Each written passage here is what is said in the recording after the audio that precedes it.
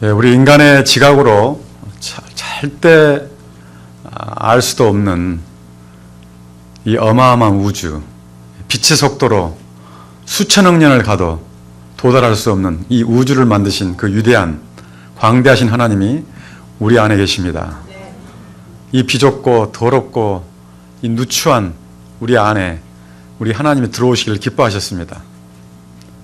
오늘 예수님은 누구신가라는 이 설교 말씀을 통해서 그 놀라우신 주님에 대한 계시가 풀어지고, 그래서 그분을 사랑하지 않을 수 없게 되고, 그래서 그 예수님에 대한 사랑과 성령님의 그 예수님의 영이신 성령님의 능력으로 우리가 저 땅끝 그리고 이스라엘까지 정말 주님께 되돌리게 하는 그런 귀한 그런 사역에 쓰임받는 그런 귀한 교회가 될 수 있기를 간절히 축원합니다.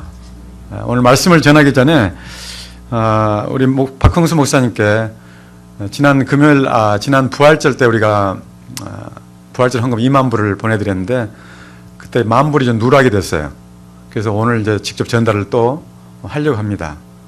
그때는 안 계시니까 우리가 그냥 보냈지만 또 오셨으니까 직접 우리가 이제 헌금을 전달해 드릴 텐데, 안디옥 교회가 이방인 교회 최초로 세워진 교회 아닙니까? 그 교회가 복음을 듣고 구원을 확신하고, 그리고 그들이 했던 것이 예루살렘에 기근이 들었다는 소식을 듣고 그 어려운 가운데서 그들이 헌금을 해서 바울과 바나바 편으로 그 헌금을 보냅니다. 그것이 본이 되어가지고 최초의 이방인 교회가 그런 본이 되니까 나중에 저 빌립보라든가 저는 고린도 교회라든가 이런 그 아가야 지방에 있는 소아시아 지방에 있는 그 교회들이 극한 가난 가운데서도 그들이 헌금해서 예루살렘 교회를 섬기는 그런 장면들이 계속 나옵니다. 우리는 그들로부터 복음을 듣고 그리고 구원을 받았습니다. 우리가 영의 것을 받았은 즉 육의 것을 나눈 즉 그것이 과하다 하겠느냐. 우리가 저 이스라엘에 지금 예수를 믿는 크리스찬 공동체들이 굉장히 열악하고 가난합니다. 마치 우리나라 초대교회와 같은 그런 상황이에요. 핍박과 가난, 밥도 못 먹는 사람들도 굉장히 많아요. 특히 저 러시아에서 온 그 유대인들, 200만 명 유대인들은 진짜 이렇게 깡통 그런 걸 이렇게 매일 와서 배급받아가는 그런 정도로 가난해요. 근데 오늘날 우리 이방인 교회들이 정말 우리 교회를 꾸미고 우리들 먹고 즐기고 누리는 데는 마음껏 쓰면서 우리에게 정말 정작 복음을 전해주고 그리스도를 전해주고 구원을 전해준 그 유대인들에게 너무나 인색합니다. 열방에도 인색하고. 우리 목사님하고 오셔서 이제 교회 교제하는 가운데 우리 목사님이 비전이 어마어마해요. 지금 보니까 하나님이 막 계속 열어주고 계세요. 막 북아프리카로 그 이슬람 지역에 학교를 세워 나가야 되고, 또 갈릴리의 신학교, 또 뭐 3,000개의 막 그런 처속교회들, 가정교회들. 근데 이런 일을 어떻게 감당해요? 돈이 있어야 감당하죠. 돈이. 사도 바울도 선교사 나갔을 때 안디옥 교회가 끝까지 후원해줬기 때문에 그 사역을 감당할 수 있었어요. 우리 교회가 다른 교회는 뭐 어떨지 몰라도 우리 교회만은 정말 그 최초의 이방인 교회는 안디옥 교회의 그 본을 받아서 우리가 이런 그 선교 사명을 감당하는데 우리가 직접 몸으로는 못 나가더라도 물질과 기도로 끝까지 함께 가는, 그래서 열방 가운데 열방의 교회를 세우다가 우리가 주님을 맞이하는 그런 교회가 됐으면 좋겠습니다. 제게는 한 가지 소원이 있는데, 제가 하나님 앞에 섰을 때 다른 것도 칭찬받기를 원하지만 네가 너의 양들의 그 물질을 정말 지혜롭게 썼구나, 정말 충성되게 썼구나, 착하고 충성된 종아, 저는 이 칭찬받기를 원해요. 제가 어렸을 때 우리 아버지 집에 좀 그 일꾼들이 좀 있었어요. 집에서 일하는 분들이. 아버지가 이렇게 월급을 한꺼번에 안 주고 절반은 주고 절반은 적립했다가 나중에 이제 몇 년 뒤에 나갈 때 목돈으로 이렇게 이자랑 또 보너스 해가지고 이렇게 주는 걸 제가 봤어요. 멕시코에서도 제가 한인들한테 그렇게 하라 그랬더니 그렇게 하면 고소당한대요. 얘네들은 돈 받고 그냥 왕창 쓰는 재미로 살기 때문에. 세상에서 그게 안 될지 모르지만 우리가 정말 이 주님이 주신 물질을 정말 이렇게 영혼 살리고, 여기 계신 분들은 그걸 잘 체험을 못 하시는데 정말 선교의 그 최전선에서 일선에서 일하시는 분들은 그 한 영혼이 죽게 돌아오고 한 마을이 죽게 돌아오고 이 감격은 말로 다 할 수가 없습니다. 근데 이걸 선교사 혼자 하는 게 아니고 후방에서 물질과 기도로 또 단기 선교로 이렇게 도와줘야만 그 일이 가능해요.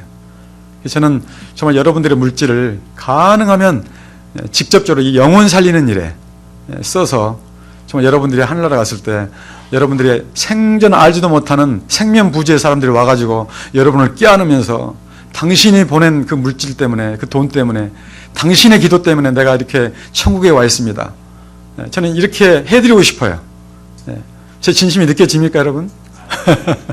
안 느껴지더라도 그냥 헌금만 하세요. 제가 알아서 잘 쓸 테니까. 우리 목사님이 나오셔서 비전 잠깐 나눠주시고, 우리 설교 시간이 너무 길게나 하지 마시고 비전 나눠주시고, 자 우리 만불입니다.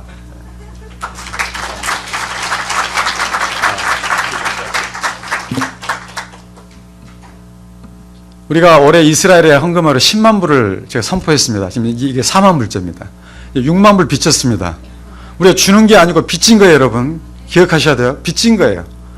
우리가 구원받은 그 빚진 거를 유대인에게, 이스라엘에게 갚아주는 거예요. 목사님. 짧게 비전 나누겠습니다. 2001년도 됐을 때 제가 고든 코넬 신학대학원으로 공부하러 갔을 때인데요. 그때 새벽에 이제 이렇게 채플실에 들어갔습니다. 갔는데 고요하고 아무도 없는 공간이었는데 굉장히 어떤 하나님의 임재를 제가 느꼈습니다. 주님의 임재가 이렇게 가득한데 동시에 주님께서 이렇게 환상을 이렇게 쫙 펼치시면서 이스라엘 지도를 이렇게 보이시더라고요. 이렇게.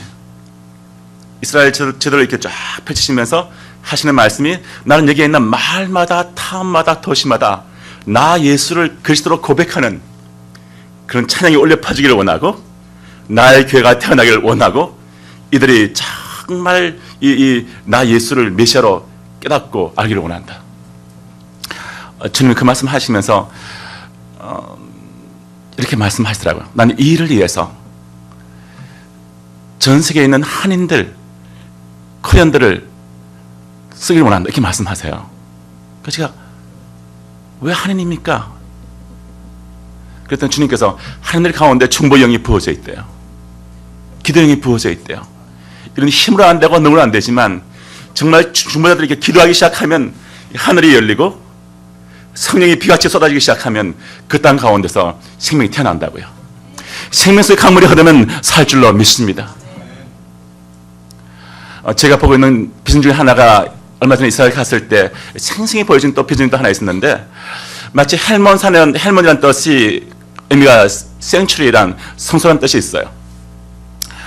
그 헬몬에서부터 물이 흘러서 갈릴리를 흘러들어오고 그 맑은 물이 이스라엘 천역을 향해서 흘러가는 생명의 젖줄이 되어서 요단강으로 흘러갑니다. 근데 그때 한번 제가 기도했을 때 그 요단강 그 갈릴리 호숫가에서 그 성령 사역을 하고 있었는데 성령의 바람이 불었습니다. 그 자리에 있던 20몇 명 유대인들이 강력히 성령을 체험하고 뭐 그 자리에서 기적이 일어났죠. 막 사람들이 굽어진 사람이 팔이 펴지고 뭐 척추가 났고 뭐 어떤 사람이 귀신이 떠나가는 역사가 벌어지고 성령을 체험하는 역사가 일어났습니다. 강한 성령의 바람이 그날 불었죠. 근데 그 연결선상에서 주님께서 하시는 말씀이 나는 이 요단강이 흘러가는 이 길을 따라서 곳곳에 키부츠와 모샤바들이 말들이 막 태어나 있는데 그런 곳곳에 있는 가정 안에 가정교회들이 태어나는 그 표정을 보여주는 거예요. 기도하시기 바랍니다. 아멘. 예, 요단강이 흘러가는 이 성소이라 불리는 헬몬산에서부터 그 물이 흘러나오는데 끊치지 않는 그 물이 흘러서 정말 흘러가는 그 요단강 따라서 있는 곳곳에 있는 그 물을 쓰는 키부츠와 모샤바들 안에 그들이 정말 이 물을 마시는 것만이 아니라 성령의 강물이 흘러서 이 강물이 흘러들어와서 그들이 예수를 체험하고 예수 안에 나오고 생명수를 마시고 예수께 넣어오는 그런 주님의 몸된 곳곳에 그런 교회들이 태어나도록 할렐루야. 예, 그런 교회들이 이스라엘 가운데 3,000개의 교회가 태어나기를 원합니다. 할렐루야. 이 귀한 헌금들 이번에 제가 또 이제 6월 9일 날 이스라엘에 들어가게 되는데 들어가서 이제 좀 긴 시간 더 있게 됩니다. 가서 계속 거기 있는 10명의 메시아닉 리더십들과 함께 회의를 하고 그분들도 한 20년씩 살아가신 분들이죠. 함께 회의를 하면서 오랫동안 같이 그걸 해왔습니다. 또 예수 믿는 유대인 신학교에서 또 채플린을 했기 때문에 그때부터 친구들이에요. 함께 힘을 합쳐서 저희가 뭐 보면 아셀도 에이탄도 있고 다 그 친구들 다 있습니다. 함께 힘을 합쳐서 어떻게 하면 이스라엘 전역의 가정교회를 세울 것인가, 교회를 세울 것인가, 그리고 우리가 갈릴리에 탄탄한 그런 신학교를 우리가 견고히 세워나갈 것인가 하는 것들, 하여튼 주님께서 여러 가지 비전들을 또 디테일을 할 것인가, 또 갈릴리 호숫가에 경관 24시간 365일 기도하는 기도의 집을 세울 것인가, 이런 것들. 그리고 예배의 처소를 세우고 사람들 왔을 때 호텔에 지내는 게 아니라 와서 함께 우리가 그냥 계속 복음을 파고들어가는 이런 일을 할 것인가 하는 그런 비전들이 앞에 놓여져 있고 그것에 대한 전략회의들이 있습니다. 주님께서 이 귀한 헌금, 또 보내신 4만 불의 헌금들 이게 다 합쳐서 가정교회, 교회들 개척에 영혼을 살리는 일에 정말 생수의 강이 흘러가도록 하는 일에 선배들 줄로 믿습니다. 그 비전, 강물이 흘러가듯이 성령의 강이 흘러서 곳곳에 아름다운 생명수의 샘이 터져나오고 예수의 교회가 태어나고 생수를 마시고 살아난 그 역사를 우리 이 달라스 오늘의 형제교회와 우리 왕의교회가 함께 힘을 합쳐서 힘있게를 벌려나갑시다. 아멘. 그리고 이 달라스 제가 기도할 때 봤던 하나님의 이 잔의 감동이 있었는데 달라스 우리 오늘의 형제교회가 강력한 성령의 교회가 되고 또 정말 말씀의 교회로서 이 미션의 교회로서 주께서 이 달라스와 텍사스와 미국 남부에 하나님의 이 심장을 이렇게 전달하는 하나님의 마음을 전달하는 강력한 교회로 이 교회를 쓰시기를 제가 바십니다. 할렐루야. 할렐루야. 아멘.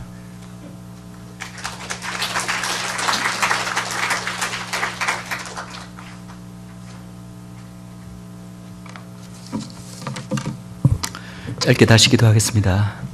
하나님 감사합니다. 주의 말씀 앞에 저희들 또 나왔습니다. 부족한 자를 세우셨으니 주의 진리된 말씀이 가감없이 그러나 권세 있게 선포되게 하시고 정말 말씀을 전하는 자나 또 그 말씀을 듣는 자나 이 말씀으로 인하여 저희들 심령에 큰 은혜 받고 도전이 되고 결단이 있는 시간 되게 하여 주시옵소서. 성령 하나님 시종을 온전히 주관하여 주시옵소서. 예수님의 이름으로 기도했습니다. 아멘. 할렐루야. 우리 또 샬롬을 한번 인사하기를 원합니다. 지난 금요일 날 우리 한번 인사했죠. 우리 샬롬 인사하겠습니다. 자, 이렇게 또 한번 인사하기를 원합니다. 평강의 왕이 오십니다. 평강의 왕이 예루살렘에 오십니다. 아멘. 아멘. 박흥수 목사님이 여러 차례 저는 이 교회가 너무 좋아요 이렇게 정말 사랑의 고백을 여러분들께 하신 거로 제가 들었는데 저도 여러분이 좋지만은 또 저는 참 이 교회가 너무 축복받겠다. 그거는 저의 희망사항일 뿐 아니라 저는 그렇게 되리라고 확신합니다. 왜냐고요? 제가 어떻게 아느냐고요? 하나님 말씀에 그렇게 되어 있습니다. 하나님 말씀에 달라스 온누리 향기교회는 축복받을 것이다 이렇게 적혀 있지는 않지만 제가 금요일에도 그득그득 말한 하나님의 말씀의 원리가 있죠. 뭐였습니까? 이스라엘을 축복하는 자는 내가 너를 축복하겠고 너를 저주하는 자는 내가 너를 저주하겠다. 이것은 변치 않는 하나님의 약속이에요. 그리고 온 성경 말씀이 그리고 인류의 역사가 그것을 증명하고 있습니다. 그래서 제가 역사적으로 있었던 여러 제국들의 부침을 통해서 그 원리가 그대로 적용되고 성취된 예를 이야기했고 그것은 한 나라와 국가, 민족의 단위뿐만 아니라 교회 단위도 그렇습니다. 그리고 개인적으로는 한 개인 한 사람 한 사람에게도 똑같은 영적 원리가 작용되는 줄 믿습니다. 아멘. 제가 잘 알지는 못하지만 제가 이 교회 와서 얼핏 듣기로 이 교회에 계신 어느 한 분도 정말 그동안 오랫동안 남모르게 이렇게 이스라엘 사역을 돕고 물질적으로도 돕고 해서 그런지는 모르지만 정말 몇 년 사이에 놀랍도록 그 비즈니스가 번창하고 하나님께서 축복하신 그런 분이 있다는 얘기를 들었습니다. 저는 그 말을 들을 때 하나도 놀랍지 않았습니다. 왜냐하면 하나님께서 그렇게 하리라고 약속하셨기 때문에 그렇습니다. 이 교회 차원에도 그런 역사가 일어날 줄 믿습니다. 저희가 이제 교회나 이런 여러 군데 가서 이스라엘에 대해서 말씀을 증거하면 그 말씀을 그냥 그대로 받는 분들은 대부분 이제 초신자들, 와서 이제 성경도 모르고 교회 생활도 하지 않은 분들은 그냥 성경 말씀을 펴놓고 이스라엘이 이렇다 이야기하면은 그냥 그렇게 쉽게 받아들이세요. 근데 한국에서 오랫동안 저희 교회도 이제 한국에서 교회 생활을 하다가 유학 온 학생들이 많은데 좀 교회 생활을 했거나 나름대로 성경 공부를 좀 했던 사람들은 이런 말을 하면 처음에 전부 다 고개를 갸웃갸웃합니다. 그래서 성경 말씀을 펴놓고 이렇게 계속 가르쳐도 한동안은 그게 잘 와닿지 않는 것 같아요. 와닿지 않는 것 같아요. 왜 하필 이스라엘이냐? 그리고 이스라엘에서 이제 하나님 말씀이 이렇게 되어 있지 않느냐라고 했을 때 이제 그것을 인정은 합니다. 인정하고 그리고 이것을 이스라엘을 지금까지 우리 교회로 내 자신으로만 이렇게 영적으로 적용시켜서 알아왔고 기도했던 것들이 그게 틀린 건 아니지만 그러나 1차적으로는 바로 저 육적 이스라엘, 저 민족, 저 나라에 대한 얘기다라는 것을 했을 때 그것을 깨닫습니다. 깨닫고 머리로는 인정하지만 그러나 이스라엘에서 기도하자고 할 때는 뭔가 나와는 상관없는 나라, 저 멀리 있는 나라, 나와 직접적인 이해관계도 없는 나라, 자꾸 남같이 느껴져요. 그래서 그것이 참 뜨겁게 기도가 되지 않고 이스라엘에 대해서 정말 마음이 가지 않는 듯한 그런 것을, 물론 이제 시간이 지나면은 점점 하나님의 말씀에 확신이 올수록 이제 그 말씀이 가슴으로 내려와서 이제 이렇게 있으면 이스라엘 정말 마음에 품게 되는데 그렇게 되기까지는 꽤 시간이 걸리는 것을 제가 많이 보았습니다. 그런데 이제 여기에는 물론 이제 그동안 교회에서 이런 얘기를 한 번도 들어보지 않았고 워낙 좀 낯선 얘기, 좀 뜬금없는 얘기 같이 들려서 그럴 수도 있지만 그러나 저는 또 어떻게 이제 생각되냐면은 예수님이 과연 성경이 말하는 예수님이 누구신가? 그 예수님의 그 진짜 그 정체성, 그 트루 아이덴티티에 대해서 우리가 확실히 잘 모르고 있구나. 틀림없이 성경에 있는 말씀인데 잘 모르고 있구나. 이 관계를, 그러니까 예수님의 아이덴티티를 안다는 것은 바로 예수님과 그분의 백성인 이 이스라엘과의 관계를 우리가 충분히 제대로 이해하지 못하고 있다는 거예요. 그래서 거기에서 아마 이런 것이 나오지 않을까 저는 생각을 해보는 것입니다. 오늘 말씀이 하나님은 누구신가라고 되어 있지만 사실은 예수님은 누구신가입니다. 예수님은 누구신가? 이제 여러분 한 사람 한 사람에게 제가 이 질문을 던지면은 다 여러분들이 하시는 고백들이 있을 것입니다. 그죠? 예수님은 나의 구세주십니다. 그리고 나의 주인이십니다.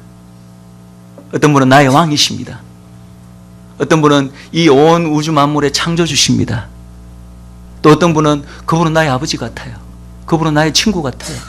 다 다양하게 이렇게 고백하는 모습들이 있지 않습니까?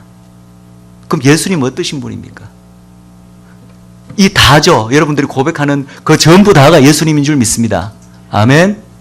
그리고 그것은 여러분들의 개인적인 고백인 뿐만 아니라 바로 성경이 그렇게 말씀하고 있잖아요.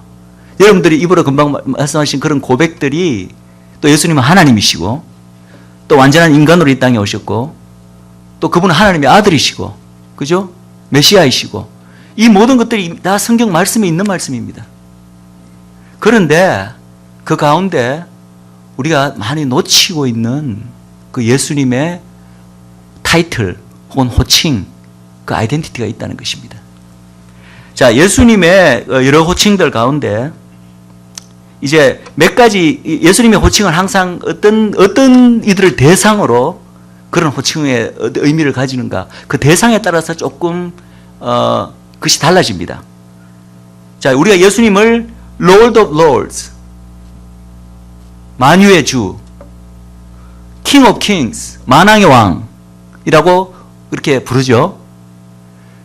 우리가 이제 늘 그렇게 고백을 합니다. 그 앞에 Lord는 Lord of Lords 할 때 앞에 Lord는 대문자 Lord고 뒤에 Lord는 소문자입니다. King of Kings 할 때도 앞에는 대문자 King이고 뒤에 Kings는 소문자 King입니다. 그럼 이것을 무엇을 말하는가? 물론 역사적으로도 다 적용시킬 수 있지만 특별히 예수님에게 이 호칭이 주어지는 것은 바로 예수님께서 마지막에 재림하셔서 온 지구를 천년 왕국으로 메시아의 왕국으로 다스리실 때 그때도 여전히 예수님 물론 전체를 다 다스리지만 그 가운데 예수님께서 세우신 우리가 바로 그런 자들이 될 줄 믿습니다. 예수님과 함께 이 왕국을 통치하게 되리라고 함께 다스린다고 되어 있습니다. 그 다스릴 사람들을 곳곳에 이제 하나님의 거룩한 사람들을 세우시는데 먼저 부활한 사람들이고 신령한 몹을 입은 사람들이죠. 그들이 각 각 지역의 스몰 킹즈가 되고 스몰 롤즈가 되는 것입니다. 거기에 예수님이 한 분 예루살렘에서 전 지구를 다스리실 때 바로 예수님이 대문자 킹이고 대문자 롤드인 줄 믿습니다.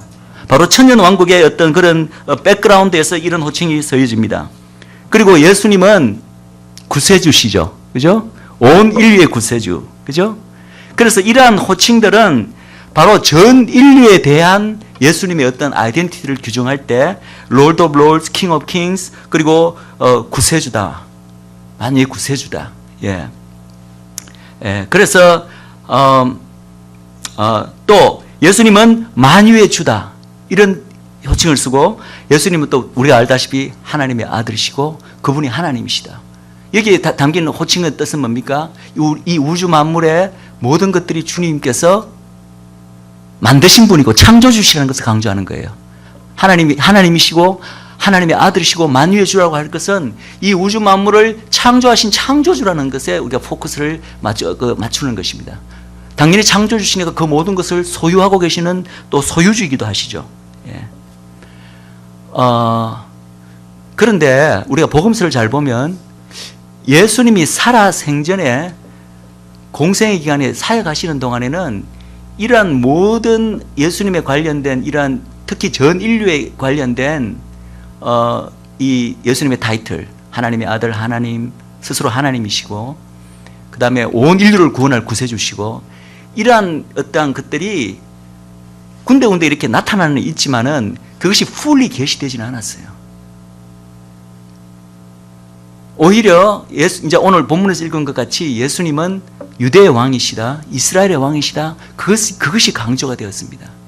그럼에도 불구하고 하나님이 아들이시고 하나님 스스로이시고 온 인류의 구세주라시라는 것이 의도적으로 완전히 계시되지는 않았지만 완전히 계시된 건 언제 계시됐냐 하면은 예수님께서 마태복음 28장 19절 20절에 마지막에 이제 승천하시기 직전에 너희들이 땅끝까지 나가서 온 인류로 나가서 모든 족속을 제자로 삼아 아버지와 아들과 성령의 이름으로 세례를 주고, 그죠? 내 말을 가르치고 지키게 하라라고 하실 그때 그 사명을 유대 이스라엘에게만 국한시킨 게 아니라 온 인류로 넓히심으로써 그분이 온 인류에게도 구세주가 되실 것을 그때 풀로 밝히셨고, 또 사도행전 1장 8절에 오직 성령이 임하시면 너희가 권능을 받아 예루살렘과 온 유대와 사마리아와 땅끝까지 이르러 내 증인이 되리라는 그런 인류 전체의 어떤 복음 전도의 에반젤리즘의 그 명령을 제자들에게 부여할 때 비로소 예수님께서 단순히 이스라엘만의 왕이 아니라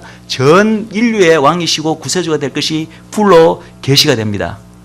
그런데 이때 이전에도 예수님께서 살아생전에 군데군데 하나님이 스스로가 하나님이시고 그냥 유대 민족에게 약속된 왕이고 메시아 존재만이 아니라 신성을 지닌 하나님이시고 하나님의 아들이시다는 것을 부분적으로 계속 밝히세요. 그거는 저는 굉장히 그것이 의도적으로 생각합니다. 부활 승천하신 후에 풀로 계시하시고 제자들에게 전 세계를 향하는 사명을 주시기 위해 그때는 이제 풀로 계시하시는데 중간에는 그 부분을 굳이 계시할 필요가 없으셨어요. 어차피 나중에 계시하실 거니까. 그런데 왜 자꾸 그런 걸 하셨나? 예수님이 왜 십자가에 박히셨죠? 왜 유대인들이 예수님을 죽이려고 했습니까? 바로 그들 민족에게 기다려왔던 메시아라고 주장했기 때문에, 그들 민족의 왕이라고 주장했기 때문에. 아닙니다. 그거 가지고는 예수님을 십자가에 못 박을 명분이 없습니다. 그들이 예수님을 십자가에 못 박은 진짜 숨은 동기는 질투와 시기 때문이라고 성경이 분명히 이야기하고 있습니다. 그렇지만 그런 이유로 예수님을 십자가에 못 박는다고는 말할 수 없기 때문에 구실이 필요하잖아요. 그런데 구실이라는 것이 예수님이 행한 수많은 기적, 선한 기적들, 그 예수님의 가르침 너무 하나도 뭐 버릴 것도 없고 잘못된 게 없잖아요. 그거로 예수님을 십자가에 못 박을 수 없습니다. 딱 하나는 신성모독. 본인이 스스로 하나님이시다. 하나님의 아들이라는 것을 말씀 가운데 얼핏 내비치는 그거로 이제 구실받아서 죽였는데, 사실은 저는 예수님이 의도적으로 그것을 흘리셨다고 생각합니다. 왜냐하면 예수님께서는 그런 구실을 줘서 어떤 의미에서는 십자가에 못 박혀 돌아가셔야 되기 때문에. 예. 그래서 이러한 것이 이제 인류 전체에게 주신 예수님의 타이틀이고, 또 인류 전체를 향한 예수님의 또 다른 타이틀이 성경에 주어진 타이틀이 여러분들 잘 아시겠지만 둘째 아담입니다. 둘째 아담. 이 타이틀에는 또 특별한 의미가 있습니다. 이것은 예수님이 그전 타이틀은 하나님으로서 온 인류의 주인이라는 그런 어떤 타이틀이라면 둘째 아담이라는 타이틀은 예수님은 완전한 하나님이자 완전한 인간이시잖아요. 둘째 아담은 인간이에요. 첫째 아담은 인간이었기 때문에 예수님이 스스로를 둘째 아담이라 하는 것이라고 하시는 것은 바로 예수님이 인간 전체를 대표하신다는 뜻입니다. 우리가 신인류라는 표현을 못 사용하지만 우리는 어떤 의미에서는 예수님 안에서 연합되어서 새로이 창조된 신인류라고 생각하시면 됩니다. 여러분들 한 사람 한 사람은.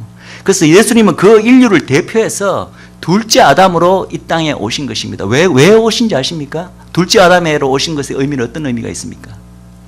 자, 인간을 대표해서 첫째 아담이 인간을 대표해서 온 인류를 대표해서 그때는 인간이 한 명밖에 없었지만 하나님은 온 인류를 첫째 아담 안에서 보십니다.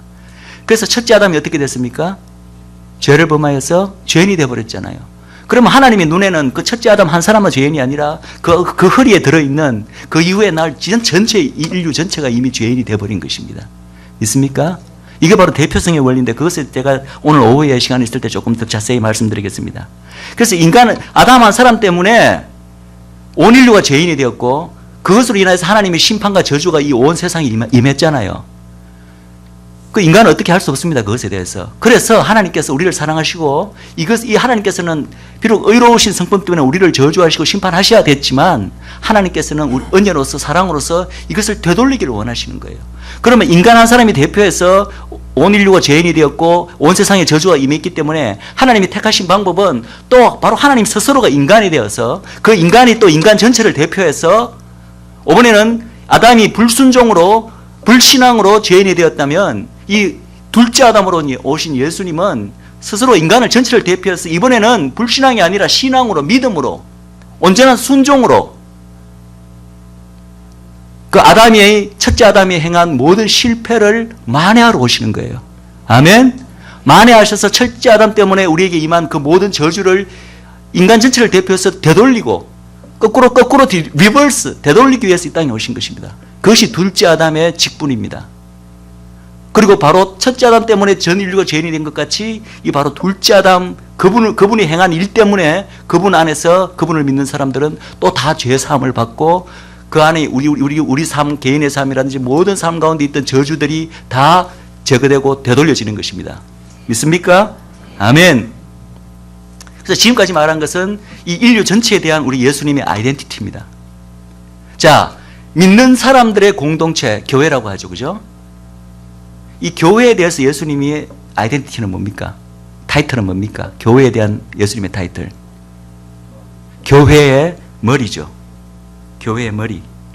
이 교회의 머리라는 이 타이틀 역시도 사실은 예수님 십자가 돌아가실 때까지는 풀로 계시가 되지 않고 예수님이 부활 성천하시고 오순절 성령 강림 이후에 비로소 예수님께서 내가 교회의 머리라는 것이 이제 바울 서신서나 그게 다 이제 바울 서신서에 나오는 말들이잖아요. 신약에. 그죠? 그래서 그때 이제 온전히 계시가 됩니다. 그렇다면 예수님이 이 땅에 살아 계실 때 십자가에 돌아가시기 전까지 공생의 기간 동안에 예수님이 스스로를 계시한 가장 많은 타이틀 계시는 무엇이었는가? 그것이 바로 오늘 본문에서 읽은 내용입니다. 오늘 본문에 예수님께서 이제 십자가에 달리신 일이 나옵니다. 그때 예수님 십자가 위에 이제 팻말이 이렇게 붙게 되는데 그 팻말에 보통 이렇게 그 당시에 로마 시대 때 십자가형을 당하는 사람들은 항상 죄목과 그 사람의 어떤 아이덴티티를 적게 되어 있습니다. 근데 그게 예수님이 그렇게 적으라고 한 건 아니지만 빌라도가 그렇게 적으라고 됐다고 되어 있죠. 자, 거기 어떻게 적혔죠? 예수, 나사렛 예수, 유대인의 왕 이렇게 적혔다고 됐습니다. 그러니까 그 장로들이 보고 저거 말이 안 된다. 유대인의 왕이라 하지 말고 자칭 유대인의 왕이라 하라. 그러니까 빌라도가 어떻게 했습니까? 내가 쓸 바를 썼다. 여러분 여기에 뭔가 하나님의 그 초월적인 어떤 간섭이 느껴지지 않습니까?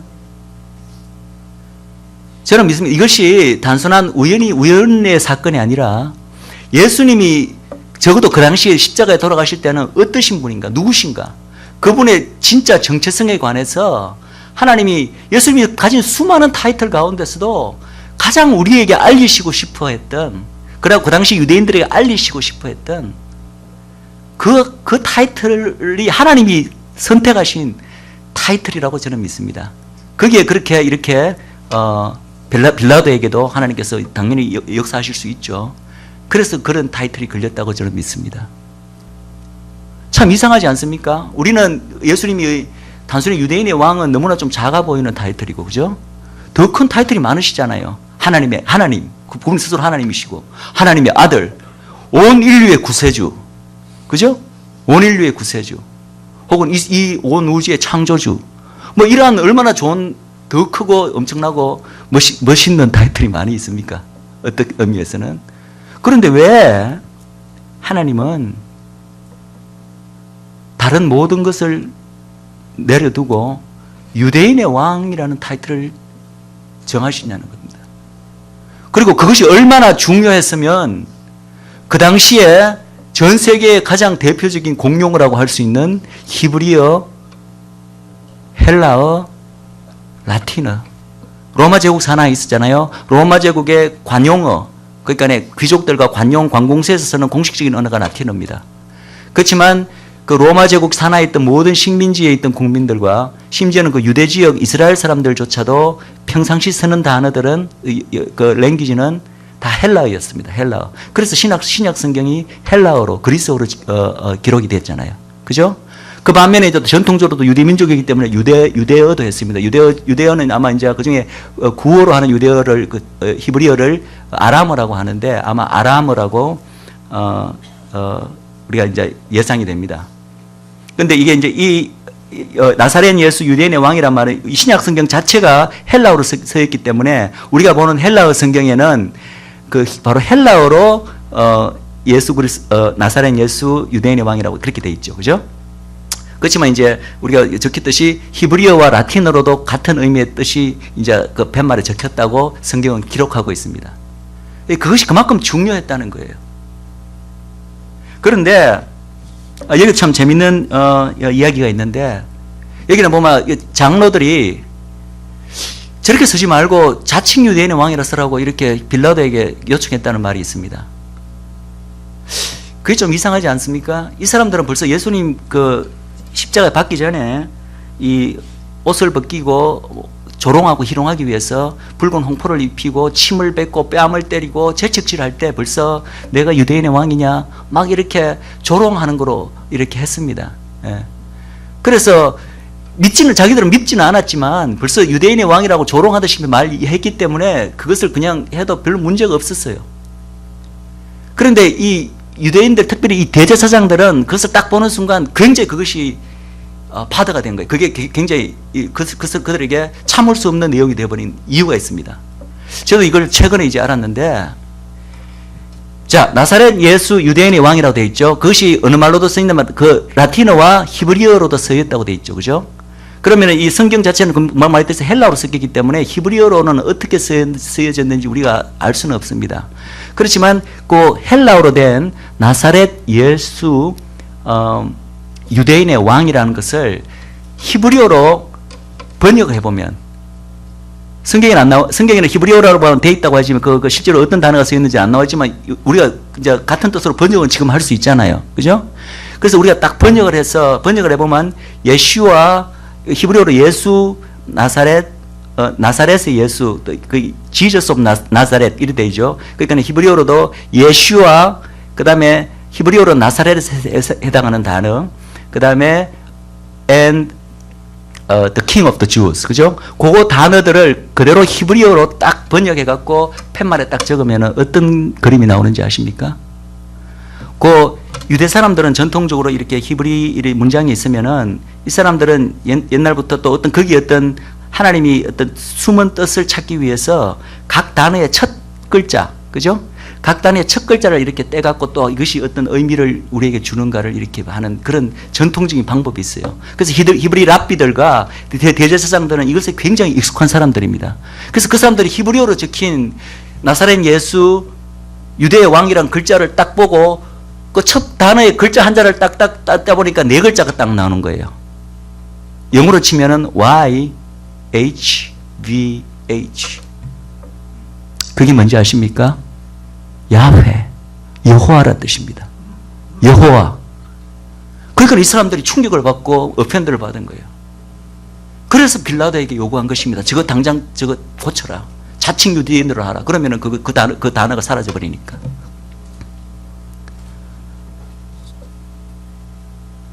거기서 저는 그것이 우연이 아니라고 믿습니다. 하나님께서 나사렛 예수 유대인의 왕이라는 타이틀을 적으실 때 그런 뜻까지 이미, 물론 유대인의 왕의 의미가 있습니다. 제가 곧 설명하겠습니다. 그렇지만 그게 이미 이분은 바로 야훼다. 모세 앞에 나타났던, 가시는 불 앞에 나타났던 그 야훼라는 것을 이미 그때 말하고 있는 것입니다. 얼마나 놀라운 사실입니까?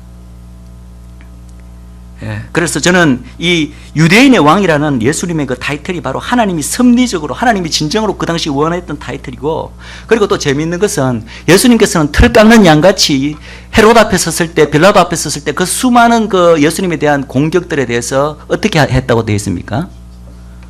어떻게 됐냐면은 한마디도 대답지 아니하시라 이렇게 되어 있습니다. 다른 어떠한 그 공격에도 한마디도 대답하지 않으시고, 심지어는 내가 하나님의 아들 그리스도냐라고 물었을 때 그때는 어떻게 대답하시냐면 우리나라 말은 이렇게 번역되어 있습니다. 내가 말하였노니라. 즉 내 빌라도가 말하였노니라. 근데 그거는 정확한 번역이 아닙니다. 정확한 영어로는 이렇게 됐습니다. As you said. As you said라는 말은 네가 단순히 그렇게 네가 말하는 거다는 뜻이 아니라 너가 말한 그대로다 이런 뜻입니다. 그것을 인정하신 겁니다. 그렇지만 그거 말조차도 내가 말한 그대로다 그냥 이렇게 약간 간접적으로 인정하셨어요. 하나님의 아들 그리스도라는 것을. 근데 다른 모든 것에서는 입으로 잠잠하고 한 말도 항변하지 않으셨는데, 거기 보면은 빌라도가 이렇게 묻습니다. 내가 유대인의 왕이냐 이렇게 물었을 때 예수님께서 입을 열고 내가 옳도다 이렇게 대답하십니다. 그 말 한마디에는 내가 옳도다라고 적극적으로 예수님께서 대답하신다는 것입니다. 자, 그렇다면 이 유대의 왕이라고, 또 다른 말로 이스라엘의 왕이라고 되어 있습니다. 같은 그 본문에도 보면은 이 유대의 왕이란 예수님의 타이틀, 이스라엘의 왕이란 타이틀이 어떤 의미를 지닙니까? 첫 번째로 그 말은 진짜 예수 그리스도가 실제로, 예수 그리스도 물론 우리가 이미 알다시피 온 인류에 대해서도 왕 중의 왕이십니다. 그리고 내 개인에게도 왕이십니다. 아멘. 그렇지만 하나님께서 성경에 1차적으로 주신 예수님의 어떤 왕된 그 신분은 바로 하나님이 택한 백성 이스라엘의 왕이라는 것입니다. 그래서 그 왕이 자기 백성에게 처음으로 찾아온 거예요. 처음은 아닙니다. 사실은 이제 제가 좀 전에 이야기했지만 이미 구약에도 많이 예수님이 나타나셨어요. 그 예수님이 자기 백성을 처음으로 이스라엘 백성이 탄생하고 조성하고 인도하고 그 모든 이스라엘의 과정상에 이미 예수님께서 수없이 스스로를 계시하셨습니다. 그런데 실제로 그 자기 백성을 이제 육신을 입고 방문하러 온 사건이 2000년 전에 예수님께서 이 땅에 오신 사건입니다. 그래서 영어에서는 그것을 어떻게, 영어로는 어떻게 보면 어떤 아주 특유한 성경에 자주 나오지 않는 단어를 쓰는데 visitation이라는 용어를 씁니다. visitation이라는 용어는 어떤 거죠? 방문이라는 뜻이죠. 미리 알고 있었던, 자기 백성을 알고 있었던 거예요. 근데 visitation인데 누가복음에 보면은 그가 자기 백성에게 비지테이션 했는데 자기 백성이 그것을 알지 못하더라. 요한복음에도 1장에 이런 말이 있습니다. 자기 백성에게 왔으나 그들이 그를 받아들이지 않았다는 요한복음 1장 말씀, 여러분 친숙한 말씀 아시죠? 자기 백성에게 오신 거예요. 왜 오셨냐고요? 바로 토라를 이루기 위해서 왔습니다. 토라, 구약에 약속된 하나님의 말씀, 모세의 그 율법, 계명을 이루기 위해서 예수님께서 이 땅에 오신 거예요. 자, 제가 금요일 날 모세 율법에 대해서, 토라에 대해서 여러분들에게 말씀드렸습니다. 거기 토라에 이제 하나님의 백성에게 주어진 하나님의 법이죠. 하나님은 항상 은혜로 하나님의 백성을 먼저 삼으시고 그것이 끝이 아니라 그리고 난 다음에 하나님의 계명을 준다고 그랬죠. 그것은 마찬가지입니다. 저희들에게도 똑같이 적용되는 원리입니다. 우리는 하나님의 백성이 되었기 때문에 우리가 하나님의 백성을 지킴으로써 하나님의 백성이 된다는 의미보다는 오히려 하나님께서는 우리를 이미 하나님의 백성으로 삼으시고 너희들이 이미 하나님의 백성이다. 너희들이 이미 거룩게 되었기 때문에 하나님의 백성답게 살아야 된다. 하나님의 백성은 법 없이 사는 백성이 아니라 반드시 하나님의 법에 순종하며 살아야 되는 백성이다. 그래서 하나님의 백성으로 삼으시고 하나님의 법을 주시는 것입니다. 하나님의 거룩한 백성으로 삼으시는 것입니다.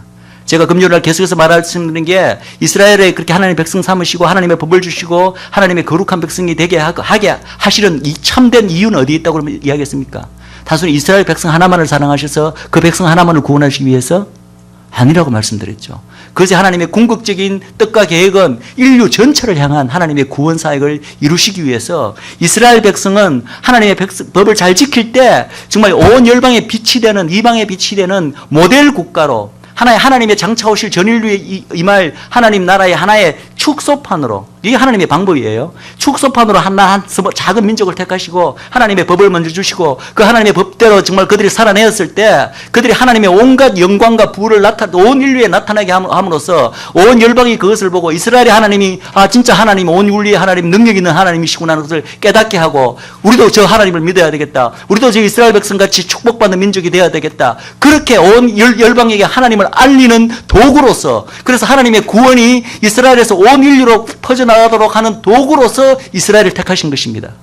그래서 이스라엘의 민족적 사명은 바로 하나님이 주신 토라, 모세 율법을 살아냄으로써 정말 하나님의 약속된 모든 축복을 누리고, 그래서 열방의 빛의 역할을, 일어나서 빛을 발하라. 오늘 그 대표기도 하신 우리 집사님도 그 말씀을 인용하셨는데 이사야서 60장 일어나라 빛을 발하여. 빛을 발하는 목적은 그 자체에 있는 것이 아니라 다른 사람들이 보게 하기 위해서, 그죠?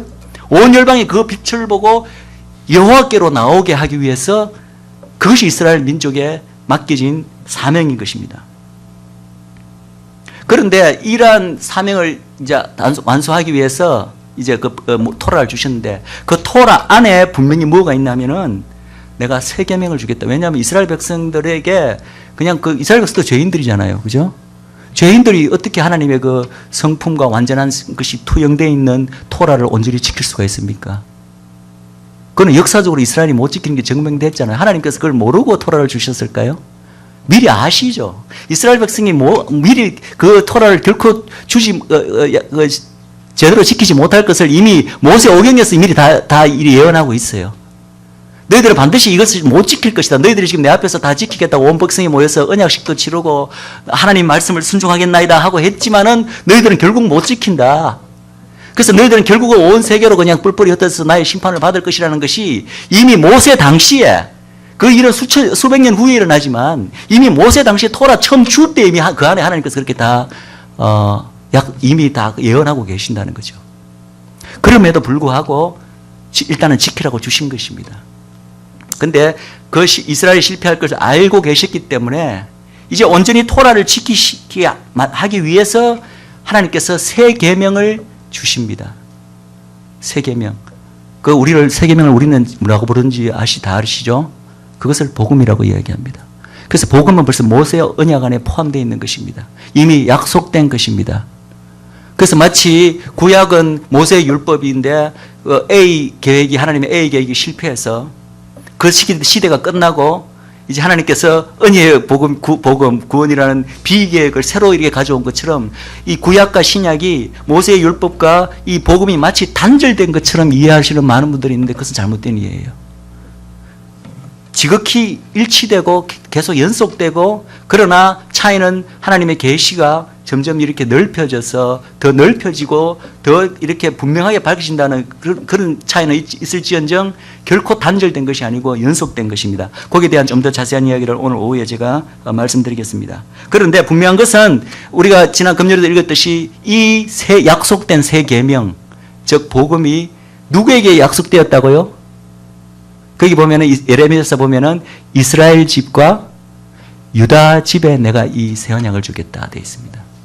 그래서 이 약속된 새 계명, 이 복음은 첫째는 이스라엘 민족, 하나님이 처음으로 택하신 민족, 토라를 주고 전 열방의 모델 국가가 되라고 된 사명을 주신 이 민족에게 이 새 계명을 먼저 주신 거예요. 주시겠다고 약속하신 거예요. 그럼 그렇기 때문에 예수님이 이스라엘 땅에 오신 것입니다. 물론 예언대로 이제 이스라엘 민족의 후예로 오신 것도 있지만 바로 이 새 계명을 가지고 오신 분이 바로 예수님 아닙니까? 예수님 스스로가 바로 새 계명 자체죠. 있습니까? 그래서 이미 약속된, 구약에 약속된 그 새 계명을 성취하기 위해서, 근데 이스라엘 민족에게 그게 결국은 열방에게도 다 이제 이렇게 전해져야 되지만, 그러나 이스라엘 민족에게 약속됐다고 구약에 나와 있기 때문에 그 약속된 그 민족에게 바로 그 민족의 왕으로서 그리고 그 민족의 약속된 구세주로서 먼저 들고 와야 되잖아요. 일단은 뭐 거부할 때 거부하더라도 일단은 약속되었기 때문에 약속된 민족에게 먼저 와야 되잖아요.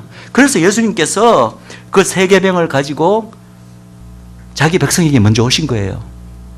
아멘. 그 예수님의 그 예화들 중에 보면 좀 수수께끼 같은 예화가 나오는데 그 수로보니게 여인 사건 아시죠? 그 수로보니게 여인은 이방 여인입니다. 예수님께서 물론 유대 민족에게 1차적으로 이렇게 계속 사역하시다가 가끔씩 이방 여인에게 뭐 수가 여인도 보면 약간 이방 여인을 볼 수 있죠.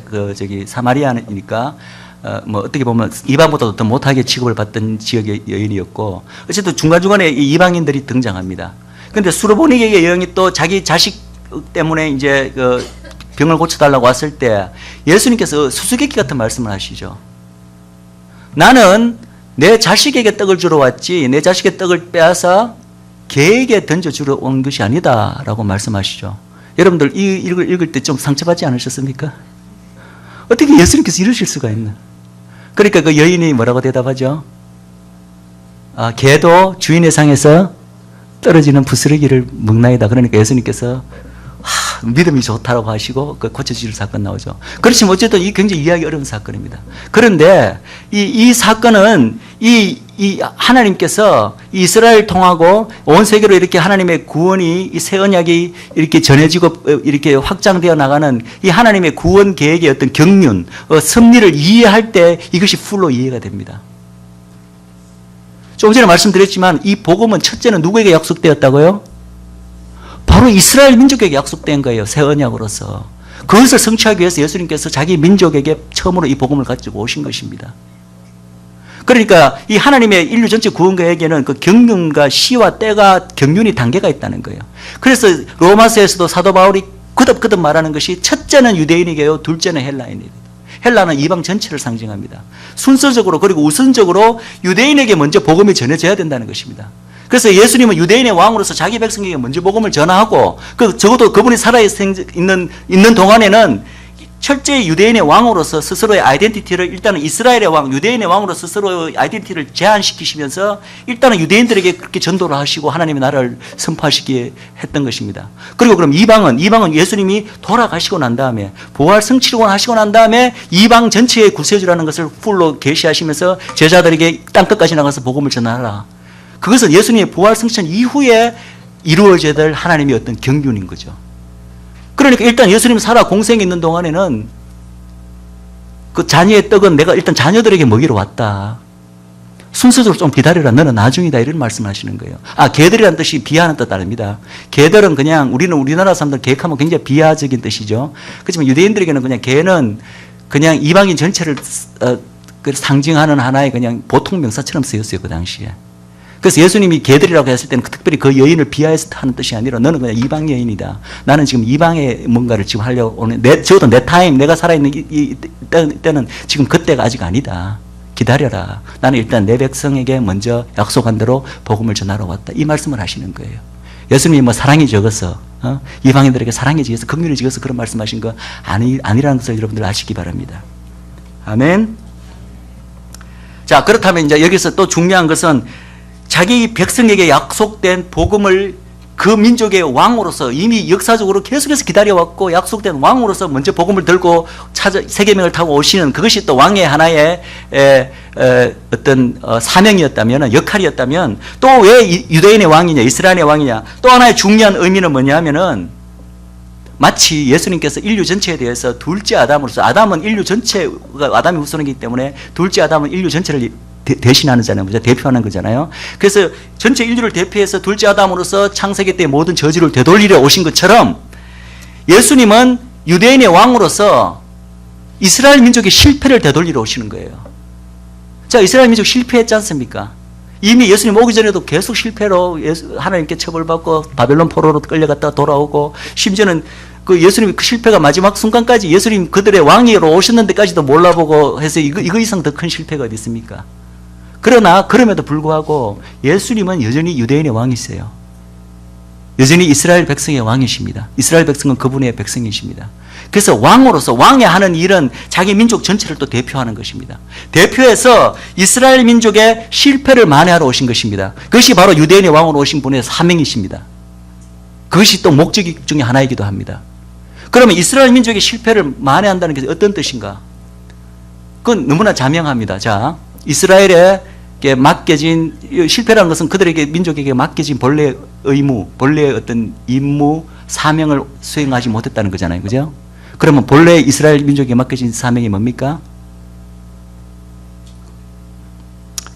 하나님이 주어진 토라를 잘 지킴으로써 모델 국가가 되어서 이방의 빛이 되는 것이 이스라엘 민족에게 맡겨진 사명입니다.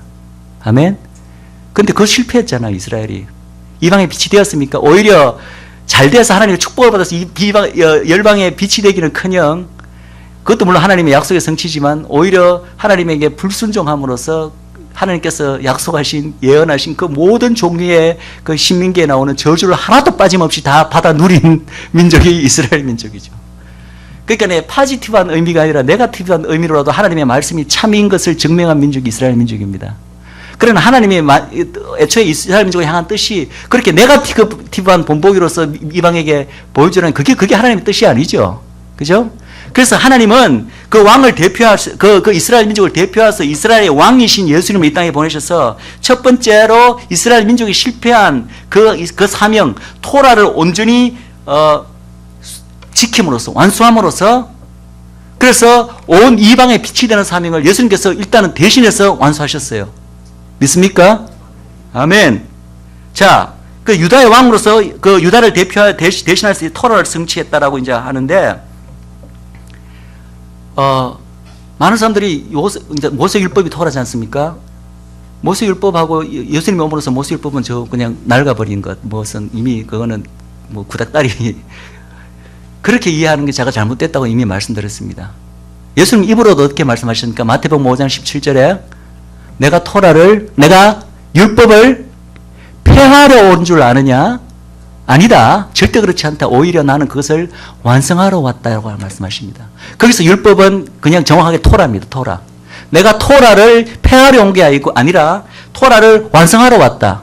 토라를 지켜야 될, 완성해야 될 본래 그 사명은 이스라엘 민족에게 주어졌습니다. 그런데 이스라엘 민족은 실패했습니다. 그렇게 제대로 하지 못했습니다. 그래서 이스라엘 민족이 자기들은 잘하고 있다고 믿었지만 그렇게 독사의 자식들하고 그렇게 그 이스라엘 민족을 예수님이 질타했잖아요. 그렇지만 예수님 본인은 유다의 왕으로서, 이스라엘을 대표하는 왕으로서 토라를 철저히 준수하셨어요. 그 정신까지도, 정신뿐만 아니라 모든 행위율까지도 예수님께서 그대로 시키셨습니다. 예수님의 그 사복음서에 나오는 그 일생의 행적을 하나하나 보시면은 그 당시 행위적으로 유대인들이 지키고 있던 모든 것을 예수님 그대로 다 지키셨어요. 안식일 지키시고, 기도 시간 지키시고, 뭐 먹는 거 정례법 이런 거 다 지키셨습니다. 그리고 대제사장들과 장로들이 행하는 것에 대해서도 자기 제자들에게 가르칠 때 너희들이 장로들과 대제사장들이 행하는 것은 그대로 너희들도 다 따라 행하라 그랬어요. 행하는 것을 따라 행하되 그 마음은 본받지 말라고 하셨습니다. 무슨 말씀 아십니까?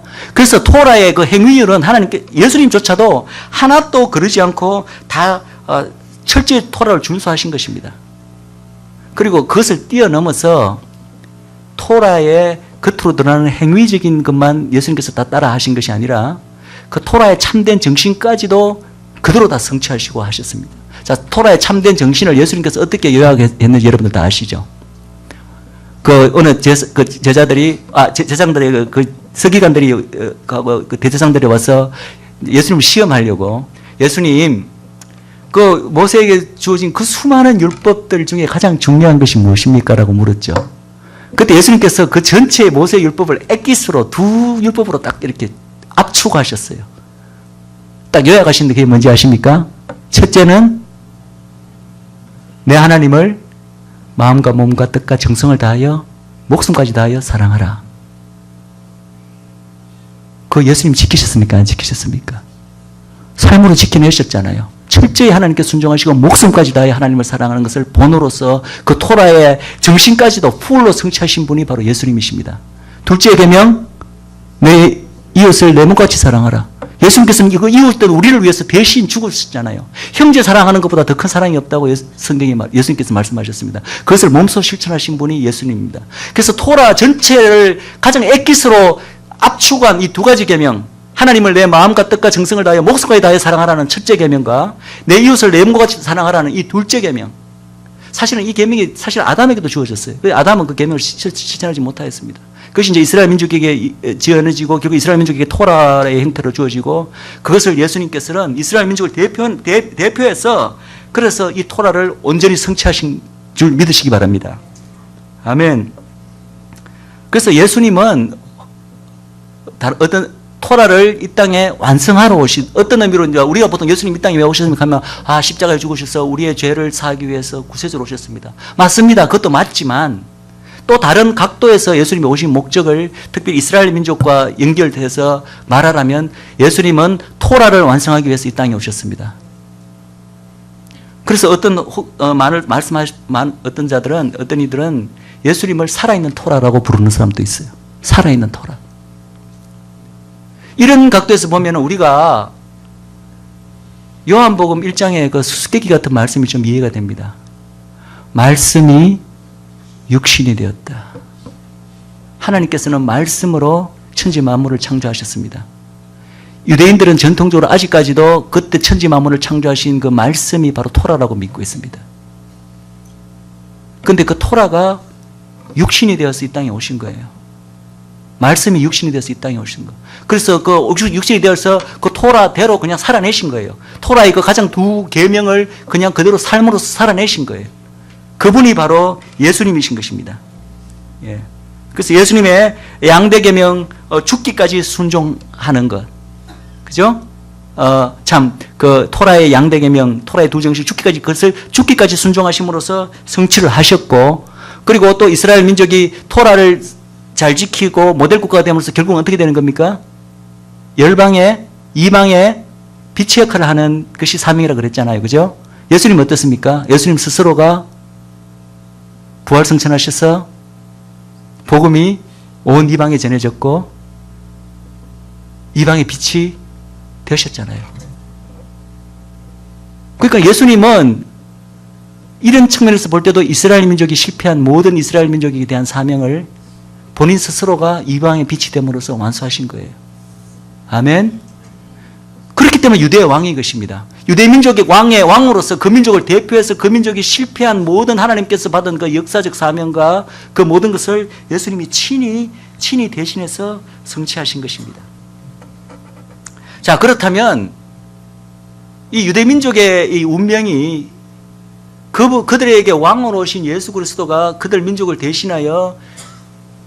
대신해서 이렇게 성취하신 그거로 그냥 끝입니까? 이스라엘 민족은 그냥 그거로서 그냥 대신해서 성취하셨기 때문에 그대로 왕이 그냥 운명은 그냥 그대로 끝나는 건가요? 아니잖아요. 아닌 걸 아시잖아요. 그죠? 마치 둘째 아담이신 예수님께서 우리의 죄를 다 사하셨다고 해서 우리가 그러면은 하나님의 자녀답게 거룩한 삶을 살 필요가 없고 죄된 삶을 살아도 됩니까?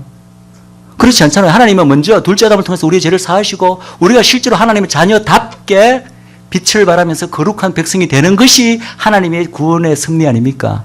이스라엘에서 똑같이 적용되는 것입니다.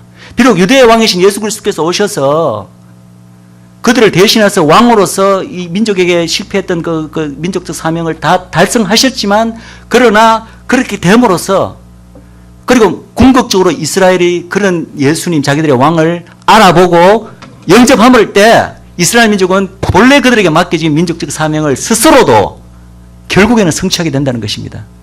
그것이 성경에 예언된 수많은 이스라엘 민족의 회복과 마지막 때의 그 영광에 대한 그 예언의 말씀들인 줄 믿으시기 바랍니다. 자, 여기서 또 한 가지 이스라엘과 관련돼서 예수님의 그 타이틀에 대해서 한 가지만 제가 더 말씀드리겠습니다. 이스라엘의 그 왕 혹은 유대의 왕이라는 타이틀에 대해서 말씀하셨습니다. 그리고 또 하나 예수님이 이스라엘과 관련되어서 붙여진 또 타이틀이 있습니다. 물론 다윗의 자손이라는 타이틀이 있습니다. 그것은 이제 메시아와 동의어인데 유대인들에게는 그것은 사실은 유대인의 왕의 그들이 민족이 기다려왔던 그 구원자 메시아라는 의미로 그거는 이제 비슷한 의미이기 때문에 지금 그 부분을 생략하고 또 하나 이스라엘 민족에게 관련된 예수님의 타이틀은 바로 이스라엘의 하나님. 예수님이 이스라엘의 하나님인 줄 믿으시기 바랍니다. 이스라엘의 왕이라는 거하고 하나님이라는 것은 또 조금 차이가 있어요. 이스라엘의 하나님이라는 타이틀은 다른 말로 또 계속 성경에 굉장히 많이 나온 타이틀이 뭡니까? 아브라함과 이삭과 야곱의 하나님이란 말과 같은 동의어입니다. 그것이 바로 이스라엘의 하나님이라는 타이틀입니다. 여러분, 제가 아까 잠깐 말씀드렸지만 이 예수님은 이스라엘의 하나님으로서, 이스라엘의 왕으로서 이스라엘 민족이 처음 시작할 때부터, 혹은 그 이스라엘 민족이 탄생하기 전에 아브라함과 이삭과 그 열조들부터 이미 왜냐하면 이스라엘이 그 후회로 났기 때문에 그때부터 계속해서 나타나시고 말씀하여 오신 분이라는 걸 여러분들 아십니까?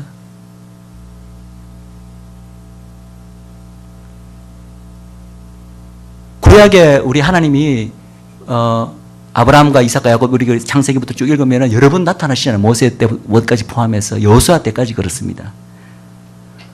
그때 사실 이것이 뭐 확실하게 그때 아브라함과 이삭과 야곱의 하나님이 예수님입니다. 물론 예수님 태어나기도 전이니까 그런 말이 있을 수도 없지만 어쨌든 이라고 성경이 분명히 말하고 있지는 않습니다. 그렇지만 성경을 우리가 자세히 보고 그 많은 것을 이렇게 신학과 연결해 보면은 아마도 그때 수없이 나타났던 하나님이 바로 예수님이 아닐까 많은 사람들이 그렇게 이해하고 있습니다.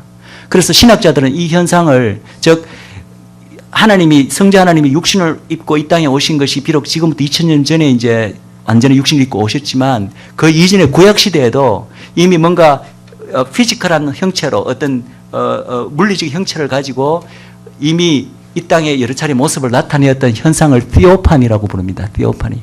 예. 많은 신학자들이 동의하는 것입니다. 그 대표적인 것이 어떤 사건이 있죠? 여러분들 아브라함 때 하나님과 두 천사가 나타난 사건 아시죠? 그때는 실제로 인간의 몸을 입고 하나님이 이 땅에 오셨어요. 그죠? 그래서 아브라함, 나중에 두 천사는 소돔과 고모라만 먼저 보냈지만은 처음에 올 때는 세 치였는데 그 중에 한 분은 분명히 하나님이라고 되어 있습니다. 여호와 하나님이라고 되어 있어요. 여호와 하나님이 오셨고 심지어는 아브라함과 이삭이, 사라가 만들어준 음식도 같이 먹었어요. 육신이 없으면 어떻게 음식을 먹습니까? 음식을 분명히 먹었다고 되어 있어요. 하나님이 이미 구약 때 육신을 입고 이 땅에 오신 적이 있는 것입니다. 그럼 이때 하나님은 누구십니까? 성부 하나님이 오셨을까요? 성령 하나님이 오셨을까요? 우리는 그 세 분 하나님을 뭉뚱그려가 여호와 하나님 이렇게 부릅니다. 그럼 여호와 하나님 또 굳이 구체적으로 보시면 또 성부, 성자, 성령이 있지 않습니까? 그죠? 그러면은 어느 분일까요? 성경에 육신으로 이 땅에 뭔가 오신 것을 유일하게 우리가 아는 예는 예수님밖에 없습니다. 그것도 그렇고, 그리고 아브라함과 이삭과 야곱에 대한 하나님의 그 계획과 그 이스라엘, 결국 그 후손 이스라엘 통해서 인류 구원 전체를 이루가시려는 하나님의 그 경륜을 조합해 본다면, 그리고 이스라엘의 왕으로서, 이스라엘의 메시아로서 예수님께서 이미 예정되었던 그 모든 것을 아신다면, 이스라엘 민족에 대한 예언과 그 탄생 때부터 이미 그 민족에 대하여 계속 나타나시고 계시하시고 이스라엘 민족을 친히 다스린 그 존재, 여호와 하나님의 존재가 아마도 또 육신까지 입고 오신 그 존재가 성부 하나님이나 성령 하나님보다는 아마 성자 하나님이 아니실까. 그렇게 많은 사람들이 이해하는 것입니다. 그래서 이스라엘의 그 아셀 목사님 같은 분은 이제 많은 여러 책을 지으셨는데 최근에 낸 책이 Who Ate the Lunch with Abraham? Who ate lunch with Abraham? 여러분들 혹시 우리나라 말로 번역이 된 걸로 제가 알고 있습니다. 한번 꼭 읽어보시기 바랍니다. 거기 보면은 정확하게 그분은 그분이 바로 성자 예수님이었다라고 그렇게 논파하고 있고, 그분뿐만 아니라 구약에 나타났던 많은 여호와의 사자라는 이름으로 나타났던 분이 사실은 성자 예수님이었다고 그 책에서 이야기하고 있습니다. 그래서 신기한 것은 여러분들 요한복음에 어떤 일이 있냐면 예수님과 유대인들하고 논쟁을 하다가 예수님께서 어떤 말을 하시냐면은 아브라함도 나의 때 볼 것을 보고 기뻐하였도다 했습니다. 그러니까 유대인들이 내가 지금 나이가 몇 살인데 아브라함은 수천 년 전에 죽었는데 내가 어떻게 아브라함을 보았느냐 하니까 내가 그때 있었느니라 이렇게 이야기하죠. 그때 내가 아브라함도 나의 볼 것을 봤다는 말은 뭐냐면은 실제로 이 육신적인 눈으로 봤다는 것입니다. 그럼 우리가 아브라함의 생애를 살펴보면은 아브라함이 실제로 환상 가운데 뭐 하나님 음성을 들은 사건도 여러 번 나오지만 실제로 육신으로 하나님을 본 사건은 그 세 천사와 두 천사가 찾아왔을 때 그때를 말하는 거예요. 그때 실제로 아브라함이 자기 배어 눈으로 그 하나님을 봤다는 것입니다. 그때 그 자가 바로 나다라고 예수님께서 말씀하신 거예요. 그것도 부족해갖고 예수님 그들이 너가 몇 살인데 그러면 그때 있었다는 말이냐 했을 때 내가 거기 있었느니라는데 그게 우리나라 말로는 정확하게 뜻이 안 돼 있는데 영어로 보면 대문자로 I am 돼 있습니다. 그 I am이 뭐라는 뜻인지 아십니까? 모세의 가시덤불에서 하나님께서 스스로 자기 고유 이름을 말씀하실 때 I am who I am. 그때 대문자 I am 그 히브리적 표현은 그러니까 예수님이 의도적으로 그 유대인들과의 대화에서 그때 모세에게 나타냈던 여호와 하나님 그 이름 똑같은 I am을 써서 그 대답을 한 겁니다. 그러니까 유대인들 이 장로들과 대제사장들은 그 뜻이 딱 무슨 뜻인지 알아듣는 거예요. 아, 이 자가 지금 그때 모세 때 나타났던 하나님이라 스스로 주장하고 있는 거 아니야. 또 아브라함께 나타났던 그 하나님이라고 본인이 스스로 주장하는 것이 아니야. 그러니까 이 사람들이 실성모독에다 격분을 해서 그 자리에서 예수님을 죽이려고 합니다. 예수님이 이제 피해가 물론 오시지만 그러니까 이 예수님께서도 대화 가운데 본인이 바로 구약 때 그렇게 나타났던 하나님이시라는 것을 이렇게 암시하는 그런 구절들이 너무나 많이 있습니다. 또 여러분들 여호수아 때 가나안 땅에 여호수아가 들어오기 전에 이제 여리고성을 치러 들어오기 전에 어떤 일이 있습니까? 여호와의 군대 장관이 나타납니다. 근데 여호와의 군대 장관인데 보면 어떤 날은 여호와의 사자 군대 장관 이때 사자는 엔젤이 스몰 엔젤로 안 쓰고 대문자 A, 빅 A 대문자 엔젤로 씁니다. 그 여러분들 성경 볼 때 NIV는 별로 구분 없이 써 있지만 킹 제임스 같은 거 보면은 작은 소문자 엔젤과 대문자 엔젤을 이렇게 구분해 놨어요. 많은 이들이 이 대문자 엔젤로 번역된 것은 아마 예수님일 구약 때 나타난 예수님일 거라고 그렇게 믿습니다. 그때 그 여호와의 군대 장관이 어떤 수수께끼 같은 말을 하냐면은 여호수아 보고 내가 선 곳은 거룩한 곳이니 내 신을 벗어라라고 이야기하죠. 그 어디서 많이 듣던 말 아닙니까? 그 말 언제 나왔습니까? 모세가 가시덤불에서 여호와를 처음 만났을 때 그때 일부러 그 표현을 사용하는 거예요. 내가 그때 나타났던 일하는 것을 나타내기 위해서 예수님 여호와의 군대 장관이 그런 말을 하는 것입니다. 그분도 저는 예수님이라 믿습니다. 예수님께서 부활하셔서 제자들에게 처음 나타나셨을 때 훅 숨을 내뱉으면서 뭐라고 하셨습니까? 성령을 받으라 이렇게 말씀하셨죠. 그것도 뭐 신학적으로 여러 가지 많은 해석을 할 수 있겠지만 그 중에 한 가지는 저는 어떻게 받아들이냐면은 예수님께서 그 행동을 통해서 훅 숨을 불어넣는 하면 연상되는 행위 없습니까? 아담 때 아담을 흙으로 지어 넣으시고 그 가운데 생기를 불어넣어 주시사 생명이 되었더라. 바로 내가 창조주다. 내가 바로 그때 그 창조주라는 것을 바로 그 행위를 통해서 제자들에게 암시하고 계신 것입니다. 믿으십니까? 아멘. 여러분들 야곱이 야복강에서 천사를 만나서 실험한 얘기 다 아시죠? 이제 형 에서를 만나러 가기 직전에 너무나 마음이 어렵고 곧 죽을 것 같고 가족들이 다 죽을 것 같으니까 그러다가 천사를 만나 밤새도록 실험한 얘기가 나옵니다. 거기 보면 어떤 데는 보면 하나님의 천사라고 이렇게 돼 있는데 똑같은 같은 구절인데 한두 구절 밑에 보면은 여호와께서 말씀하시되 거기도 마찬가지. 어떤 데는 바로 그냥 한 문장 안에 여호와의 사자가 또 그 밑에는 여호와가라고 되어 있습니다. 그분 바로 예수를 믿는데 그때도 실제로 야곱과 이렇게 육체적으로 실험을 했어요. 그죠? 스트럭을 했잖아요. 즉 육신을 이미 그때 입으신 거예요. 잠시지만 육신을 입고 하나님께서 이 땅에 오신 것입니다. 그래서 그때 야곱과 실험을 했는데 그래서 그런 이유로 또 그리고 야곱이 누굽니까? 이스라엘의 선조 아닙니까? 야곱 자체가 이미 이스라엘을 대변하는 존재예요. 그죠? 이 이스라엘과 이제 실험하는 이 존재, 이게 누구시길까요, 이게? 바로 이스라엘의 하나님, 이스라엘의 왕, 예수님 줄 믿습니다. 자기 민족이 이미 탄생하기 전부터 그 비조가 된 그 야곱 때부터 벌써 나타나셔서 이스라엘 민족과 벌써 실험하시고 딜링하시는 거예요. 그리고 이 하나님과 이스라엘이 이 야곱이 실험하는 데서는 깊은 영적 비밀이 있습니다. 여러분들 이스라엘의 역사를 보십시오. 한마디로 하나님과 이스라엘 민족의 실험의 역사입니다. 이 야곱은 야곱의 삶도, 요셉의 삶도, 제가 사실은 할 시간이 있을지 모르지만 요셉의 삶 전체가 이스라엘 민족의 삶과 예수님을 예표하는 것입니다. 근데 야곱도 이스라엘의 그 선조로서 야곱의 삶을 여러분들이 영적으로 잘 보시면은 그 자체가 이미 이스라엘 민족 그 이후에 등장하게 될 이스라엘 민족 전체의 삶을 축약하고 있어요. 그리고 그것을 다 상징적으로 보여주는 사건이 바로 이스라엘의 하나님과 밤새도록 실험하는 것입니다. 실험합니다. 하나님이 이스라엘과 실험합니다. 그 구약을 읽어보십시오. 하나님의 눈물이 있고 하나님의 탄식이 있고 이스라엘 민족을 향한 탄식이 있고 안타까움이 있고 또 말로 표현할 수 없는 그 이스라엘 민족에 대한 사랑이 나타나 있습니다.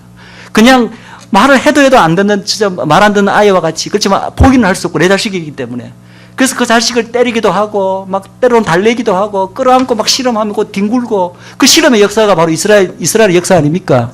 그것이 바로 야곱과 야복강에서 실험한 그 사건에 거기서 영적으로 예표되어 있는지 믿으시기 바랍니다. 근데 또 놀라운 비밀이 있습니다. 그 시험에서 누가 결국 이깁니까? 이스라엘이 이깁니다. 자식 이기는 부모가 없습니다. 놓아라고 했지만 끝까지 놓지 않습니다. 이스라엘은. 그러면서 요구하는 게 뭐지 야곱이? 나를 축복해 주기 전까지는 끝까지 놓지 않겠습니다. 그래서 결국 하나님 지시잖아요. 벌써 말 안 듣는 것으로 버려도 벌써 쳐도 진멸시켜도 벌써 옛날에 몇 번은 진멸시킬 것을 바로 이 야곱의 중보가 있었기 때문에 내가 비록 제대로 아버지의 뜻을 잘 살피지 못하고 제대로 순종하지 못하고 내게 맡겨진 계명을 잘 하지 못하도 그래도 나는 끝까지 축복을 받고 말겠습니다. 나를 축복하기 전까지는 내가 하나님 습관을 놓지 않겠습니다. 이렇게 야곱이 실험할 때 하나님께서 지신 거예요. 그래서 마지막에 결국은 내가 너를 축복하리라. 이것이 이스라엘 민족에게 약속된 마지막에 결국은 축복하고 마시고 결국은 회복하고 마시고 결국은 이스라엘 민족으로 하여금 맡겨진 본래의 사명을 다 감당하게 하리라는 하나님의 결국은 그 모든 승리가 그 한 에피소드에 축약되어 있는 것입니다. 믿으시기 바랍니다. 그래서 여러분들 히브리서에도 구약을 해서 이렇게 되어 있습니다. 가라사대 내가 반드시 너를 복주고 복주며 너를 번성케 하고 번성케 하리라. 이거는 보면 크리스찬들 이래 뭐 비즈니스 하시는 분들 이래 가게에 가면 벽에 이렇게 걸려. 물론 그 말도 맞습니다. 우리도 이스라엘이기 때문에 이 말씀을 적용시켜서 우리에게 적용시키는 것 당연합니다. 그렇지만 이 말씀은 본래 이스라엘에게 약속된 말씀입니다. 야곱이 끝까지 붙들고 실험해서 그 축복의 약속을 받아내었기 때문에 하나님께서 내가 끝까지 반드시 너를 복주고 복주고 결국은 번성케 하리라. 그 약속을 주신 것입니다. 그래서 예수님께서 뭐라고 스스로에 대해서 뭐라고 말씀하신지 아십니까? 물론 나중에 에마오로 가는 도중에 그 두 제자에게 구약 전체가 나에 대해서 말하는 것이다. 구약 전체의 모든 구절 모든 한 페이지마다 한 패러그래프마다 사실은 다 내가 다 숨어 있다 거기에. 나로서 구약 전체를 이해해야 되고 봐야 된다. 그거 여러분들 다 믿으시죠? 근데 또 어떤 말씀하시나 보면은 더 직접적으로 이런 말씀하셨다. 나는 처음부터 말해온 자다. 예수님께서 비록 지금 BC 2000년에 이 땅에 오셨지만 그때 뭐라고 말하시냐면 그때 유대인들에게 나는 처음부터 너희들에게 말하여 온 자다. 구약 동안에 수없이 나타나서 이스라엘 민족에게 말하였던 그분, 내가 바로 그 자라는 뜻이에요. 믿으십니까? 그래서 우리가 믿는 예수님은 바로 이러신 분이라는 것입니다. 이스라엘 민족이 하나님께서 맡기신 그 민족적 역할을 결국은 성취하게 될 줄 믿으시기 바랍니다. 하나님께서 결국은 그들을 회복시키고 결국은 그들에게 복을 주신다는 사실을 믿으시기 바랍니다. 이스라엘 향한 하나님의 마음을 아십니까? 예수님이 공생의 동안에 우신 이야기가 별로 나오지 않습니다. 제 기억에 딱 두 번 있었던 것 같은데 혹시 여러분들 더 생각이 나시는지 모르겠지만 한 번은 그 자기 백성에게 왔는데 그 자기 백성이 자기를 그리고 그 백성에게 약속된 복음을 가지고 새 언약을 가지고 왔는데 그 백성의 눈이 가려워져서 물론 눈이 가려워진 것은 그들만의 책임이 아닙니다. 그게 하나님의 섭리가 있습니다. 그것은 제가 오해 말씀드리겠습니다. 그렇지만 어쨌든 이 왔는데 그것을 결국은 거부하고 그거로 그 대가로 로마 제국이 멸망하고 그것을 그때 미리 보신 거예요. 보시기 때문에 통곡을 하고 그냥 우신 게 아니고 히브리 원어를 보면 통곡을 하고 우신다고 되어 있습니다. 또 한 번 우는 사건도 저는 그것이 이스라엘과 연관되어 있다고 봅니다. 또 한 번 우신 게 언제인지 혹시 여러분 기억나십니까? 나사로가 죽었을 때, 그죠? 나사로가 죽었을 때 바로 안 가시고 병들어 마지막에 중하다는 말을 듣고 바로 안 가시고 죽을 때까지 기다립니다. 그죠? 기다리시죠. 며칠을 지체하시죠. 그죠? 거기도 큰 영적 비밀이 숨어 있습니다. 그리고 나중에 이제 갔을 때 그 그 나사로의 두 누이 마르다와 마리아가 죽은 지 나흘 돼 갖고 냄새 난다고 해요. 죽은 지 나흘 되면 확실히 죽은 거예요. 벌써 시체가 썩어갖고 냄새 나면 다시 소성에 가능이 없습니다. 그때 예수님께서 통분하여 우시고 이제 나사로를 살리시는 역할이, 그 이야기가 나오는데 여러분들 다 잘 아시는 이야기죠. 그때 왜 그렇게 우셨을까? 그것도 뭐 많은 신학적 해석이 있습니다. 그렇지만 저는 이렇게 봤습니다. 그때 나사로는 바로 죽은 이스라엘, 죽어 있는 것처럼 보이는 이스라엘을 상징하는 것이다. 예수님께서는 그 죽은 이스라엘, 그 나사로에서 정말 죽은 것 같게 될, 결국 나중에 역사적으로 우리 이제 보면 알 수 있는데 그런 이스라엘의 모습을 본 거예요. 그러니까 마치 예루살렘 성을 보고 우신 것 같은 똑같은 심정으로 바로 자기 민족 이스라엘의 운명을 나사로의 그 죽음에서 봤기 때문에 그것이 너무나 애통해서 우셨다고 저는 믿습니다. 그래서 저는 예수님이 복음서에서 두 번 운 사건이 다 자기 민족 이스라엘과 관련되어 한 번은 직접적으로 이제 나타나 있지만, 그렇지만 나사로가 죽었는 것처럼 다시는 소생의 가능성이 없어 보이지만 어떻게 됐습니까? 살리셨잖아요, 예수님이. 이스라엘도 그렇게 살리십니다. 아멘. 믿으시기 바랍니다.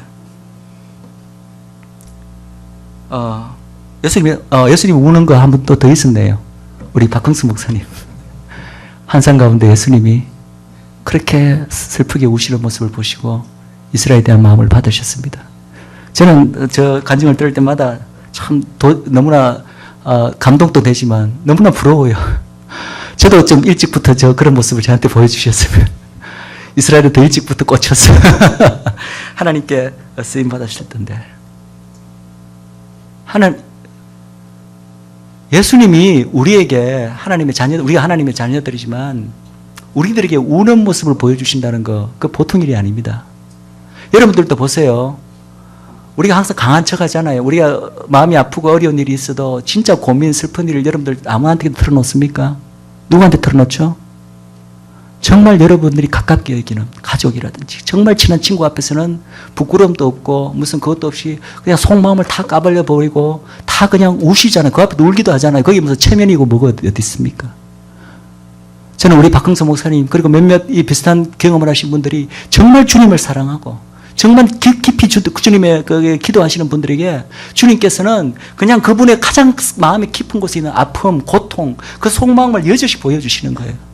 이스라엘 위해서 잃어버린 장자 이스라엘 향해서 우시는 그 마음을 그분께 가장 사랑하는 이들에게 눈물까지 보여주시면서 호소하시면서 나를 위해서 이스라엘 민족을 위해서 너가 기도해 주지 않겠냐, 이렇게 자기 속마음을 보이시는 거라고 저는 믿습니다.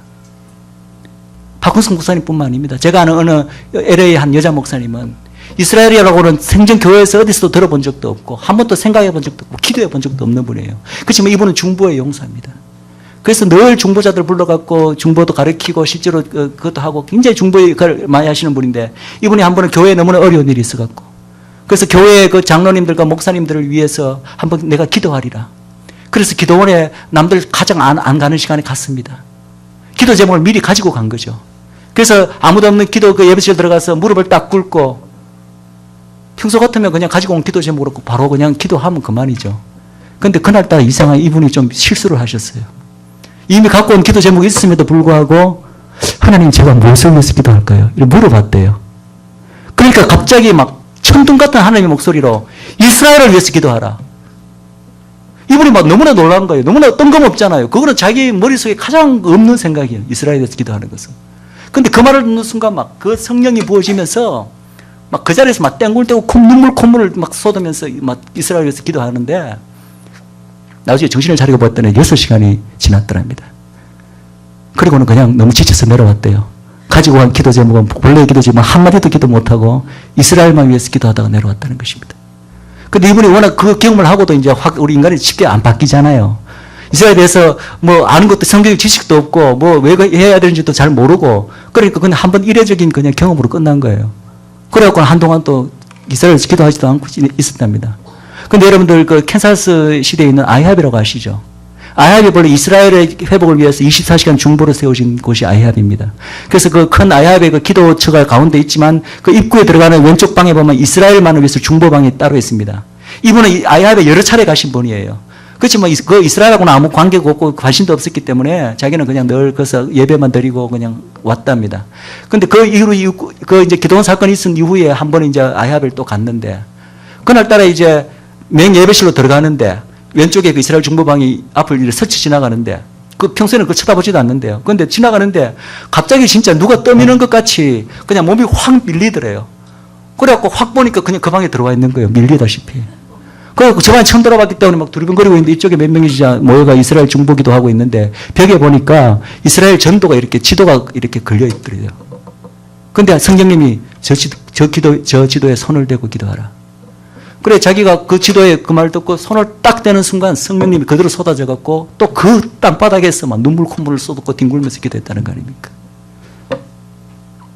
하나님의 마음을 깊이 알기를 원하고 하나님을 진정으로 예수님을 사랑하여 그 마음을 알기로 깊이 중보에 들어가신 분들이 이스라엘에서 어디서 배워서도 아니고 그냥 깊은 기도 가운데 주님께서 이스라엘 위해서 기도하라라고 하는 그런 마음을 받으신 분이 너무나 많아요.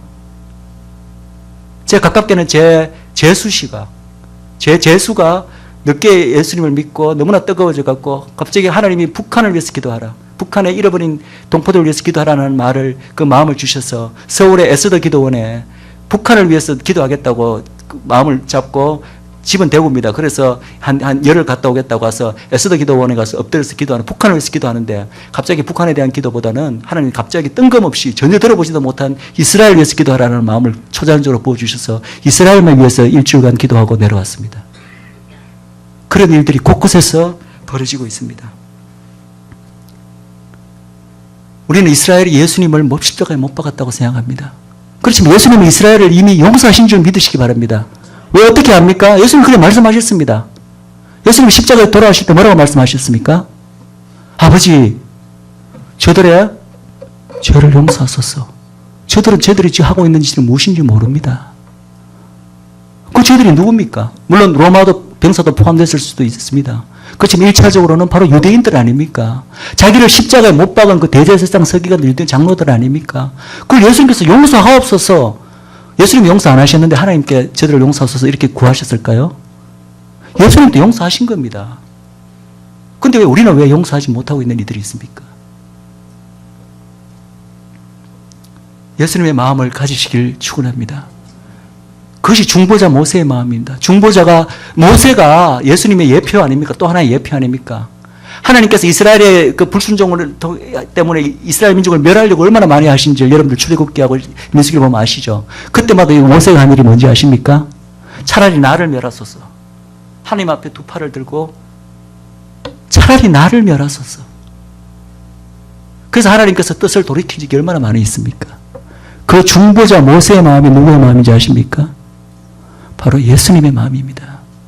왜냐하면 그 이스라엘은 자기 백성이기 때문에 그런 거예요. 미우나 고우나 자기 백성인 거예요. 그리고 이미 용서하셨습니다. 이 이스라엘을 향한 회복을 향한 하나님의 마음을 우리가 이제 성경 구절 몇 구절만 읽고 이제 마치도록 하겠습니다. 예레미야서 31장 20절 읽겠습니다. 자, 우리 같이 읽겠습니다. 시작. 에브라임은 나의 사랑하는 아들, 기뻐하는 자식이 아니냐. 내가 그를 책망하여 말할 때마다 깊이 생각하노라. 그러므로 그를 위하여 내 마음이 측은한즉 내가 반드시 그를 긍휼히 여기리라.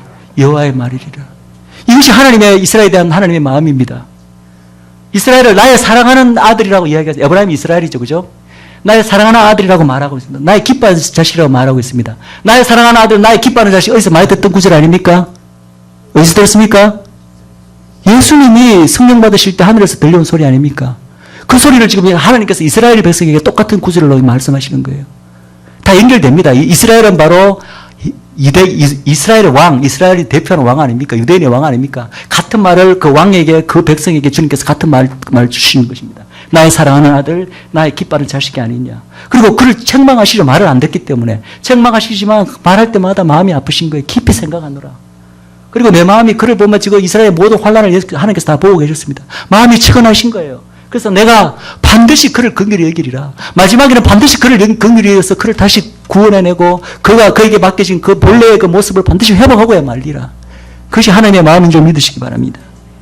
예레미야서 32장 40절 41절 읽겠습니다. 시작. 내가 그들에게 복을 주기 위하여 그들을 떠나지 아니하리라 하는 영영한 언약을 그들에게 세우고 나를 경외함을 그들의 마음에 두어 나를 떠나지 않게 하고 내가 기쁨으로 그들에게 복을 주되 정령이 나의 마음과 정성을 다하여 그들을 이 땅에 심으리라. 이 얼마나 놀라운 말씀입니까? 내가 그들에게 명령하는 언약, 새 언약을 말하는 거죠. 새 언약을 통해서 그들의 마음에서 나를 떠나지 않게 하겠다. 즉 이스라엘 민족을 완전히 이제 돌이키겠다는 것이 마지막 때에. 민족적 회심을 주겠다는 말씀입니다. 그런데 그 일을 이루는데 그들을 이루는데 41절 보겠습니다. 하나님께서 어떻게 하시냐면은 나의 마음과 정성을 다하여 그들을 이 땅에 심으리라. 이스라엘 회복을 하시는데 하나님께서 그 일을 내가 마음과 정성을 다해서 하겠다고 하시는 거예요. 아니 하나님께서 성경의 어디 구절에 어느 말씀에 하나님께서 말씀 하나로 천지를 창조하신 분입니다. 하나님이 말씀에서 이루리라 하면 그냥 이루어지는 게 하나님 말씀 아닙니까? 그런데 하나님이 무슨 일을 할 때 내가 내 마음과 정성을 다해 내가 이 일을 반드시 이루리라고 하신 말씀이 어디에 있습니까? 이스라엘 회복에 대해서는 하나님께서 그렇게 말씀하신다는 것입니다. 우리에게 너희들의 마음과 정성을 다해 하나님을 사랑하라는 말이 있죠.